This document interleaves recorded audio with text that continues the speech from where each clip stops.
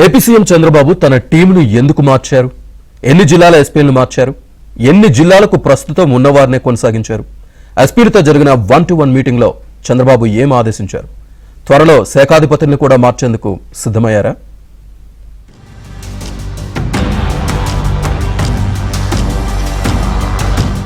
అధికారంలోకి వచ్చిన తర్వాత వైసీపీ ప్రభుత్వ హయాంలో ఉన్న యంత్రాంగాన్ని మార్చడమే కాకుండా తన ఆలోచనలు కూటమి ప్రభుత్వం ఇచ్చిన మేనిఫెస్టోకు అనుగుణంగా పనిచేసే వారిని నియమించుకోవాలని సీఎం చంద్రబాబు నిర్ణయించుకున్నారు. అనేక సమీకరణల తర్వాత కొత్త టీంని నియమించుకున్నారు. ఈ టీంలో ఉన్న కొంతమంది అధికారులు వ్యవహరించిన తీరు ముఖ్యమంత్రి చంద్రబాబుకు, మంత్రులకు నచ్చలేదు. మరికొంతమంది అధికారులు, ప్రజాప్రతినిధులు సాక్షాత్తు మంత్రులతో కూడా వ్యవహరించిన తీరు వివాదాస్పదంగా మారింది. కొంతమంది కలెక్టర్లు, మరికొంతమంది ఎస్పీలు ఫోన్కు అందుబాటులో లేకపోవడం, ఎమ్మెల్యేలు, మంత్రులు చెప్పిన పనులు కూడా నిబంధనల మేరకు ఉన్నప్పటికీ పూర్తి చేయకపోవడంతో ప్రజాప్రతినిధులు చంద్రబాబుకు పలుమార్లు ఫిర్యాదు చేశారు.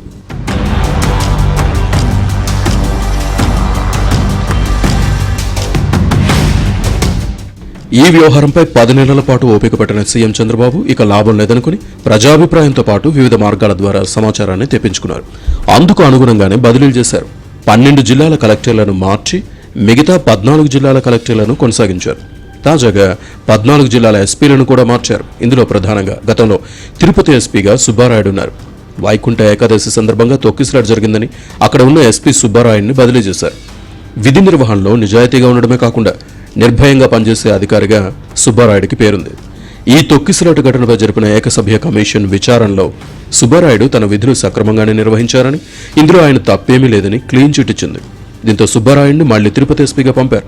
ఇక బాపట్ల ఎస్పీగా ఉమామహేశ్వర్, నెల్లూరు ఎస్పీగా అజితా వేజెండ్ల, తిరుపతి ఎస్పీగా సుబ్బారాయుడు, అన్నమయ్య ఎస్పీగా ధీరజ్, కడప ఎస్పీగా నచికేత్, నంద్యాల ఎస్పీగా సునీల్ శరాన్ను నియమించారు. ఈ 7 జిల్లాలకు కొత్త అధికారులను నియమించారు.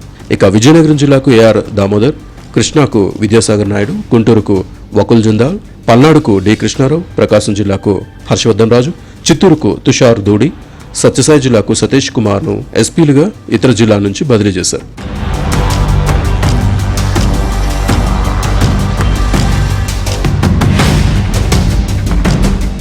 మొత్తం 12 జిల్లాలకు ప్రస్తుతం ఉన్న ఎస్పీలను కొనసాగించారు. ఇందులో శ్రీకాకుళం, పార్వతీపురం, విశాఖపట్నం, అనకాపల్లి, అల్లూరి సీతారామరాజు, కాకినాడ, ఈస్ట్ గోదావరి, వెస్ట్ గోదావరి, ఏలూరు, ఎన్టీఆర్, అనంతపురం, కర్నూలు జిల్లాలకు ఇప్పుడున్న వారిని ఎస్పీలుగా కొనసాగించారు.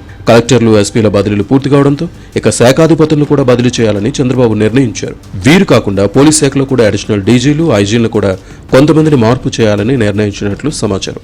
కలెక్టర్ల సమావేశం తర్వాత వీరిని కూడా బదిలీ చేసి పూర్తి స్థాయిలో ప్రక్షాళన అనంతరం పాలనలో వేగం పెంచాలని సీఎం చంద్రబాబు నిర్ణయించారు.